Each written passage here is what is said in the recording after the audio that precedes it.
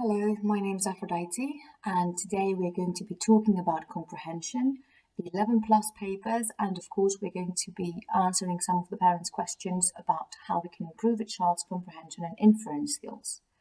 What is more, we're going to be thinking and looking at the comprehension skills as a whole rather than just focusing on the 11 plus because this is the quickest way for a child to improve. But before we begin, I would like to say a big thank you to Saba for having me on her wonderful 11 Plus Journey page on Facebook.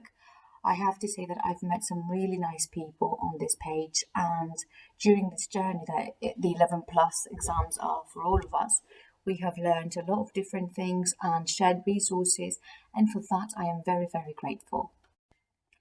The first and most important thing I would say to parents is to read with your children as often and as much as you can.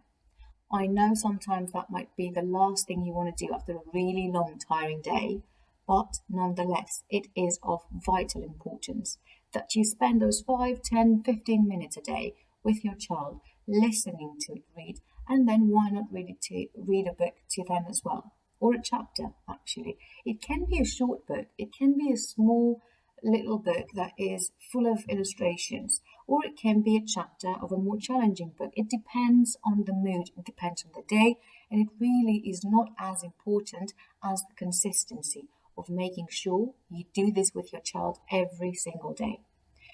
Now, I know we can also do something else that a lot of people do not do very often, and sometimes I have parents coming up and asking me, oh, how can I make sure my child loves reading? Because I notice he or she is not exactly a fan of books. I would say to those children, and I would say to those parents who come asking me, but I will also say that to you, why not try to make this a habit for you as well? Try reading. If a child sees you read, then at some point they're going to realize, you being their role models, that actually it might be a good thing to read. And if my mum or dad or my nanny or anyone, or my big brother or sister are doing it, then that means that actually it's not something I have to do as a sort of punishment. They start thinking about reading differently. They start developing a different attitude. It's shifting from total negativity to positivity because the child realizes that this is not something that you do as a sort of punishment or homework or something that is compulsory and they can't escape from, but rather as a very, very pleasant pastime, an activity that they would want to do for themselves. And thus they become independent learners. The second thing I would say to parents is to make sure that your child is exposed to a wide range of titles, authors, and genres, from fiction to non-fiction, from newspaper and magazine reports and articles to picture books. Everything is of equal importance. Sometimes, especially when we have children in years 4, 5, and later in 6, we tend to think that the only thing that matters is that they read chunky books. And I'm not saying that it's not. I'm really not saying that it's not. Like, this is a wonderful book that you can read with your child. But you need to make sure you also include other books, smaller books, picture books. Each one is equally important. I'm showing here some titles that I used to teach with my year 4s. And as you can see, they are not exactly big books. They are not chunky books, but they have incredible vocabulary which can help children with their vocabulary, improve their own vocabulary, increase their ability in understanding words from context. And also we have some amazing smaller books. You can call them children's books even, which again explore wonderful genres and topics and themes. And they help children step outside their comfort zone and think. One of the most recent ones I did was Malala's Magic Pencil, and the children loved it. It's really, really important to make sure that a child is not only exposed to the classic books that we may encounter, we may see when we're taking the 11 plus exams. As you've seen, as you've noticed, I haven't even mentioned the 11 exams paper so far. And I've done that because I don't think it's as important as reading is. If you're going to make sure your child is exposed to different genres, if you can make sure that your child is exposed and sees different authors, then you're actually ensuring that they are exposed to different styles of writing. Different authors use different language, and they use it for different purposes. So you're making sure you have a more independent reader, and they will become a more independent writer. There is a plethora of reading lists and reading recommendations out there. If you just Google reading lists, you can find a lot of different books per age, per year group, per ability, that I'm sure will cover and be more than enough for anyone who's interested in enriching their and expanding their reading horizons.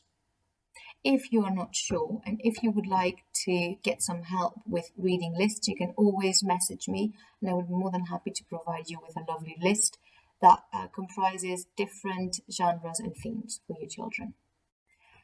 Tip number 3 would be to not focus on the 11 plus exam papers. Trust me, this is not where you want to start. You will not make a child love reading. You will not help them with comprehension and inference skills if you just ask them to do paper after paper after paper after paper. The whole point of sitting down and doing 11 plus papers is for a child to just test themselves on how quick they are and how well they've developed the skills. But if you're in the process of developing those comprehension and inference skills, the first thing you want to do, and the most important thing, as we've said, is to read with children. And in order to achieve this, you need to choose high quality texts that can engage children and can make them feel interested in finding out what comes next. Now, there are many books out there that can help you achieve this, but I would again ask you and advise you to stay away from the 11 plus papers if your aim is to improve a child's reading, comprehension, and inference skills. Ideally, you should be aiming for books that are slightly above your children's age. So, for example, if your child is in year 4, they should be reading with you something, if possible, that would normally be a book for year 5. If they're in year 5, they should be reading something that normally a year 6 child would read, and so on. The next tip is to make sure that you read with your child and your child reads to you, and that you pause quite often and ask questions. You can ask questions to your child, but also the child can ask questions to you. And both of these activities help ensure that the child understands what they are reading. And of course, it takes them a step further. It makes them actually think about questions they can ask about the text that they have read. How great is that? Because that's how actually people think when they're writing the 11 plus exam questions. They're reading the text and they're asking their questions about that particular text, particular paragraph or sentence. And doing that with your child helps them familiarize themselves with the whole process of the 11 plus, while not at the same time understanding that that's why we're doing it. So, for example, when you're reading a text, some questions that can help build inference skills are, and I will read from a list that I have made over the years, what can you tell that this particular person was wanting to do? Or can you explain why or how that has been achieved? Can you give me a reason why that happened?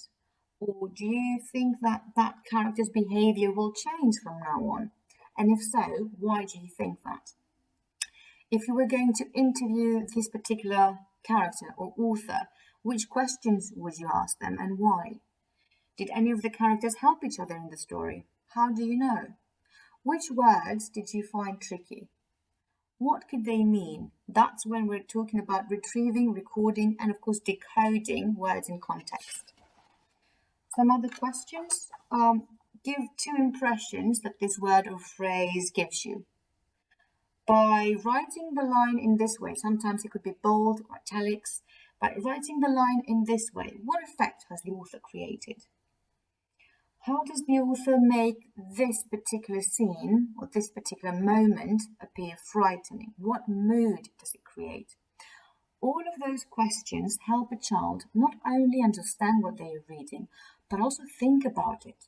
Think about it and examine it.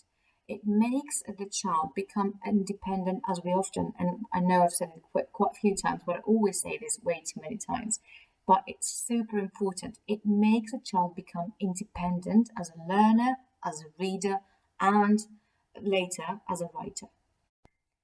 The aim of this activity is for the children to sort of become the examiners rather than the examinees. So it helps them look at a page of a book, which we could also say this is the 11 plus comprehension paper, and think of the questions they would like an examinee to take, to answer. At the same time, you yourself are doing the exact same thing because you are looking at the page of a book and you're thinking, what questions could I ask that my child would answer about this page? It can be closed questions or open-ended questions, and by doing this, both you and your child are now more familiar with the 11 plus papers without actually realizing that that's what they're doing, because this is a book that they're invested in. This is a book that they're engaged with. Plus, they are loving the time, the high quality time that they're spending with their parents. And last but not least, when reading with your children, it is really important to pay attention to enunciation and intonation. If I take a book and I read it uninterested, indifferent, like this, she wanted to say something to make them see her normally again, to say that she was just a girl like they were, that she didn't choose for her life to be turned upside down, but the words didn't come. You've instantly lost interest. I've lost interest. Anyone in the world loses interest. It is really important when you're reading to a child, but when also the child is reading to you, to pay attention to how they read, to take their time to read, and to actually read the punctuation properly. It helps them immensely, not only as readers, but also as writers, because they will know how and when to use punctuation marks. So take your time, enjoy reading. Remember, you're reading for pleasure, not for the 11 plus. And let your child listen to you. Become a bit more theatrical, as we said, a bit more dramatic. Make sure you use enunciation and intonation appropriately. Because remember, when you're reading to your child, you're actually modeling.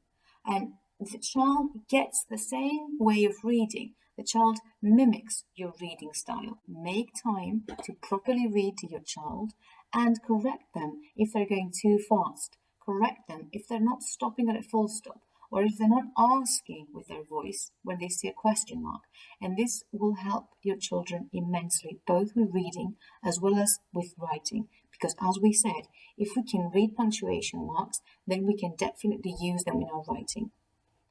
I hope you enjoyed this session. If there are any ideas, any questions, or anything else you would like me to answer, please do let me know. Message me or email me. Thank you very much.